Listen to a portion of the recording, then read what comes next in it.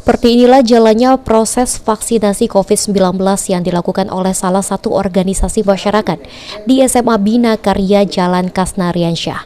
Setidaknya ada 1.000 peserta mengikuti vaksinasi ini. Di antaranya ialah para calon jemaah umroh dan haji Palembang yang sebelumnya pernah menjalani vaksinasi tahap 1 dan juga masyarakat umum di sekitaran Kasnariansyah. Dalam vaksinasi ini dilibatkan 3 vaskes yang ada di Kota Palembang dengan menggunakan vaksin jenis Moderna.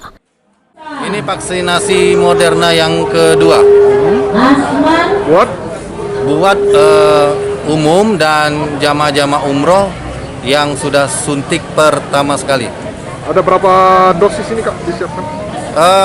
Karena yang dosis pertama itu 417, kita menyiapkan 417. Tapi juga Nakes menyiapkan vaksin Sinovac yang ke-1. Untuk umum. Vaksinasi ini juga untuk memperingati Hari Sumpah Pemuda ke-92 yang jatuh pada tanggal 28 Oktober lalu. Firman Hidayat, PAL TV.